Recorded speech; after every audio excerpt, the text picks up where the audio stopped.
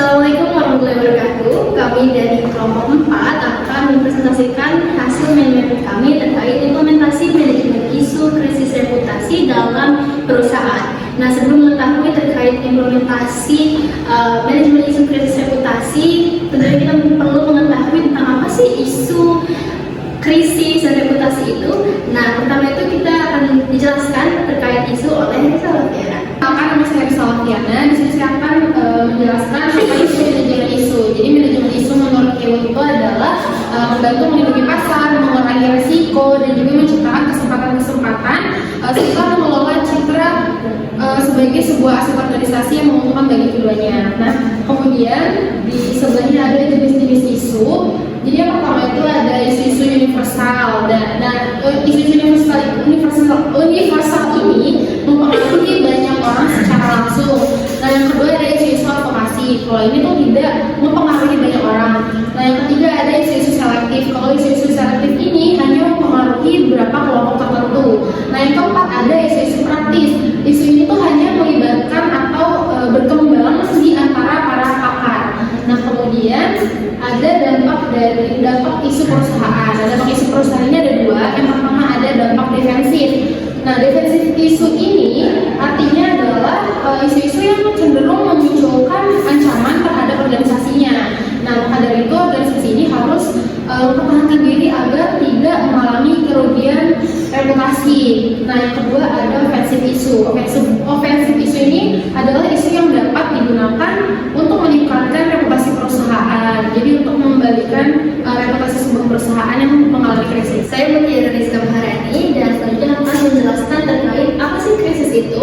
Jadi krisis itu sebuah keadaan yang tidak stabil untuk sebuah organisasi karena tidak adanya penanganan lebih khusus setelah terjadinya isu. Jadi kalau misalnya isunya tidak ditangani secara tepat, akan berlanjut ke yang namanya krisis. Nah, di krisis ini ada 3 tahapan. Yang pertama itu adalah before the crisis atau bisa disebut juga pre-krisis. Artinya sebelum mulai krisis itu kita perlu yang namanya persiapan dan perencanaan. Jadi untuk persiapannya itu kita perlu membentuk tim khusus untuk menyelesaikan masalah tersebut, lalu juga meningkatkan dukungan manajemen untuk rencana penanganan krisis. Lalu yang ketiga, mengidentifikasi kelemahan organisasi kita tuh apa sih sebenarnya. Terus juga kita perlu mempersiapkan para staf untuk bisa menghadapi krisis.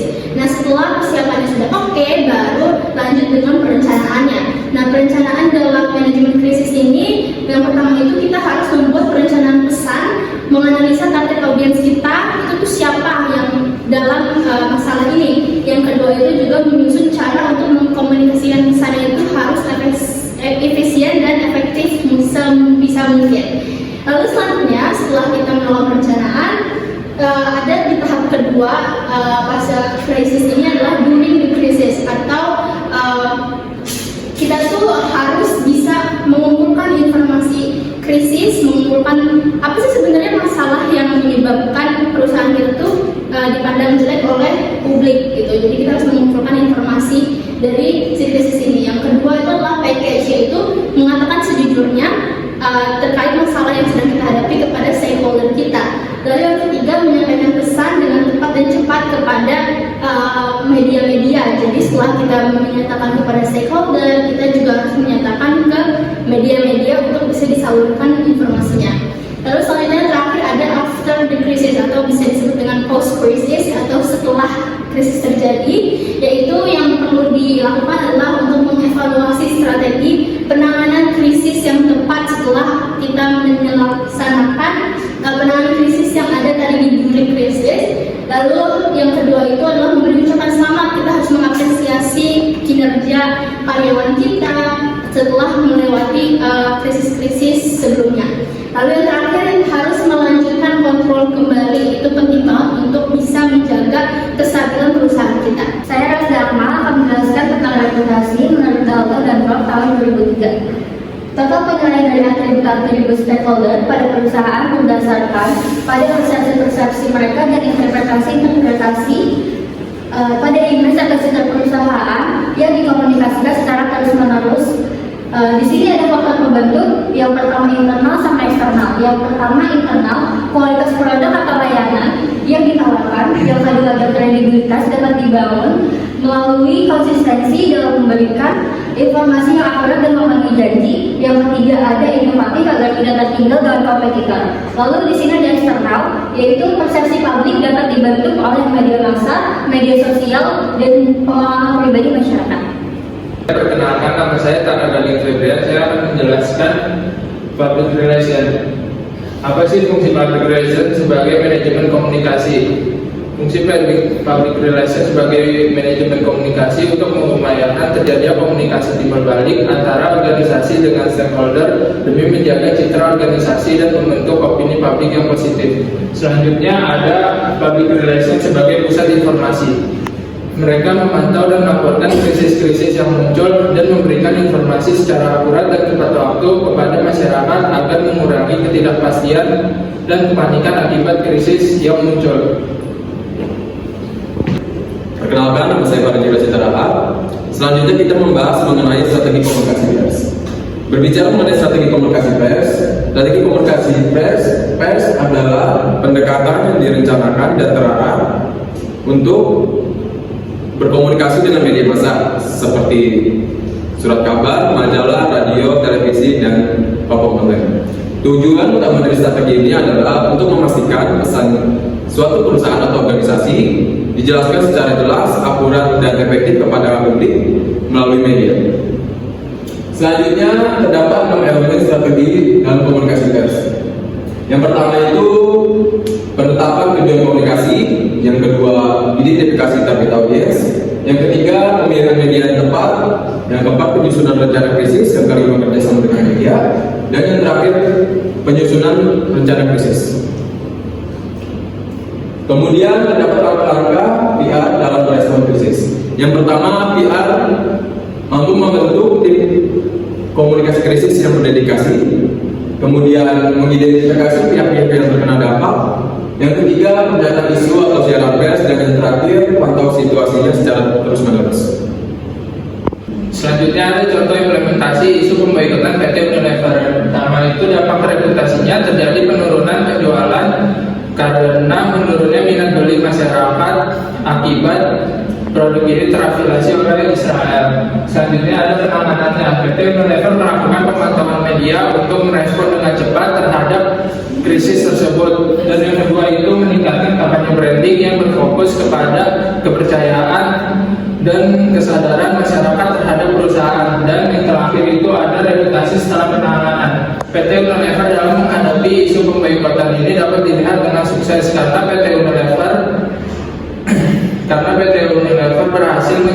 berhasil mempertahankan reputasi dan berhasil menciptakan tingkat kepercayaan yang signifikan kepada masyarakat terhadap mutu dan integrasi produknya. Contoh kedua ada kasus pengelolaan dana dari PT Garuda Indonesia, yaitu dampak reputasinya. Kasus pengelolaan dana ini berdampak negatif terhadap reputasi PT Garuda Indonesia. Citra perusahaan sebagai maskapai penerbangan yang terpercaya tercoreng, kepercayaan publik terhadap Garuda Indonesia menurut drastis.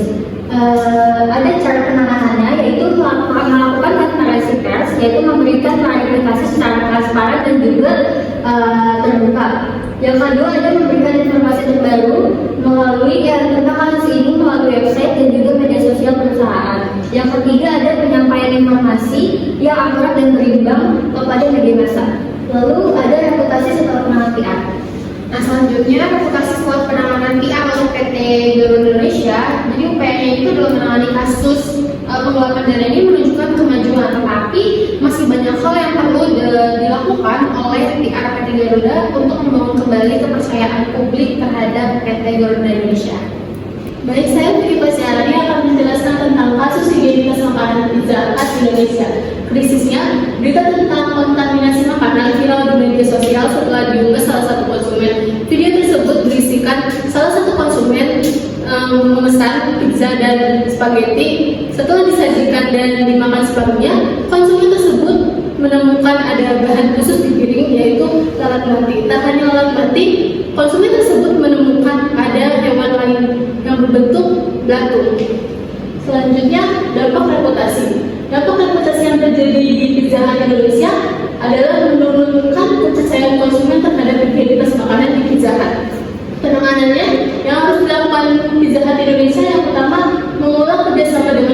internal dan eksternal yang akan memberikan informasi. Yang kedua, memantau secara berkala perkembangan sektor restoran di mata masyarakat luas. Yang ketiga, menanggapi permasalahan yang sedang menimpa restoran dengan mengeluarkan press release.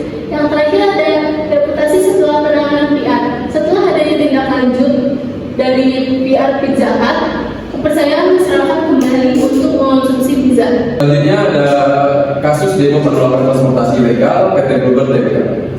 Dampak dari reputasi ini yaitu PT Bluebird Tbk mengalami kerugian material seperti kerusakan armada akibat dirusak oleh pendemo. Kemudian ada pula cara penanganannya. Yang pertama itu manajemen melakukan tindakan tegas kepada pengemudi Bluebird yang terbukti melakukan tindakan anarkis. Yang kedua, memberi pernyataan resmi di media sosial, dan yang terakhir mengadakan konferensi resmi di hari yang sama secara transparan dan terbuka. Oke, selanjutnya setelah adanya penanganan oleh PT Bluebird, akhirnya itu memberikan impact yang bagus terhadap reputasinya, yaitu PT Bluebird itu berhasil menangani kasus demo penolakan transportasi ilegal dan akhirnya dengan membuat press release oleh PT Bluebird dan juga PT Bluebird juga cepat tanggap terhadap situasi dan disebarluaskan kepada media-media, akhirnya dapat mengangkat kembali reputasi PT Bluebird. Baik, demikianlah presentasi dari kelompok 4 terkait implementasi manajemen isu krisis reputasi dalam perusahaan. Kurang lebihnya mohon maaf. Wassalamualaikum.